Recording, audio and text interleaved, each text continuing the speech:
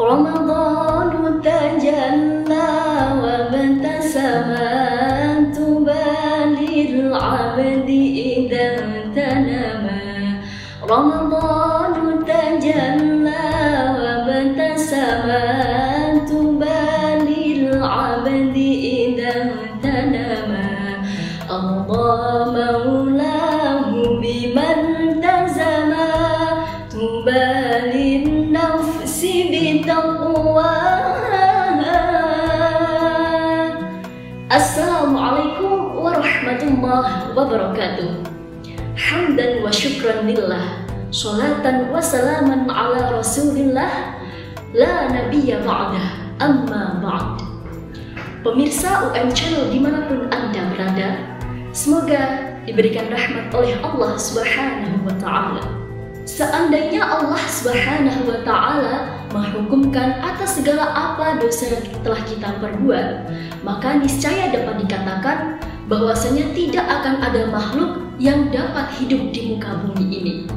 Sama seperti halnya ada pepatah yang mengatakan bahwa andai saja Allah menampakkan segala dosaku seperti jerawat, maka mungkin aku akan enggan untuk keluar rumah.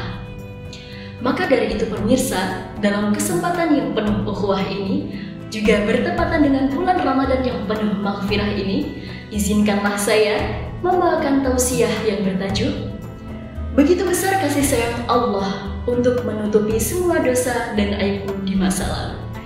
Sebagaimana berlandaskan pada firman Allah, Quran Surah Al-Fatir ayat 45 yang berbunyi, A'udzu billahi minasyaitonir rajim. Bismillahirrahmanirrahim.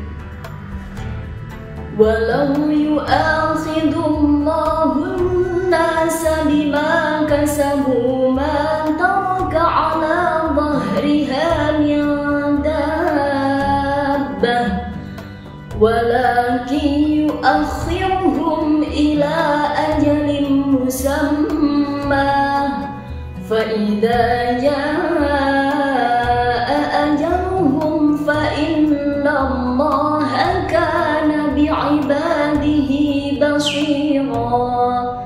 Shadaqallahul Azim.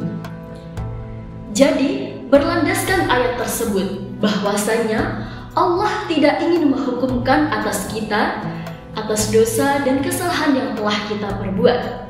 Justru Allah Subhanahu wa Ta'ala menutupi dosa-dosa dan aib yang telah kita lakukan pada diri kita sendiri. Buktinya, betapa banyak dosa yang telah kita perbuat pada diri kita secara diam-diam, secara sembunyi-sembunyi, dan tidak ada satupun orang yang tahu. Itu adalah tanda bahwasanya Allah telah menutup aib dan kesalahan dosa kita kepada orang-orang. Dan itu adalah merupakan salah satu tanda kasih sayang Allah terhadap makhluknya.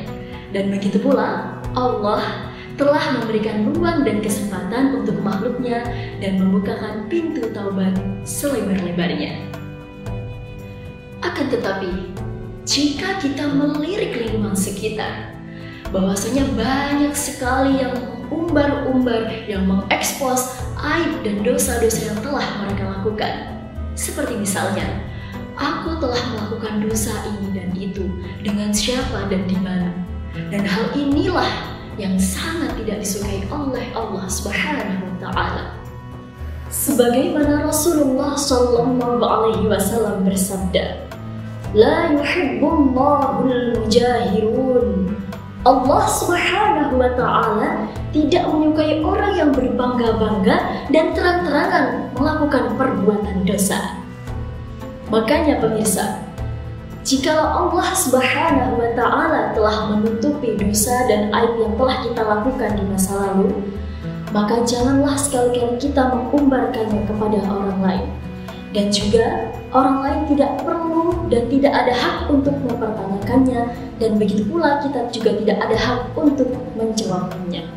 Sebagaimana yang dilakukan oleh wanita pada zaman Rasulullah Sallallahu Alaihi Wasallam, di mana ketika ia melakukan zina dan mendatangi Rasulullah secara berkali-kali, namun apa?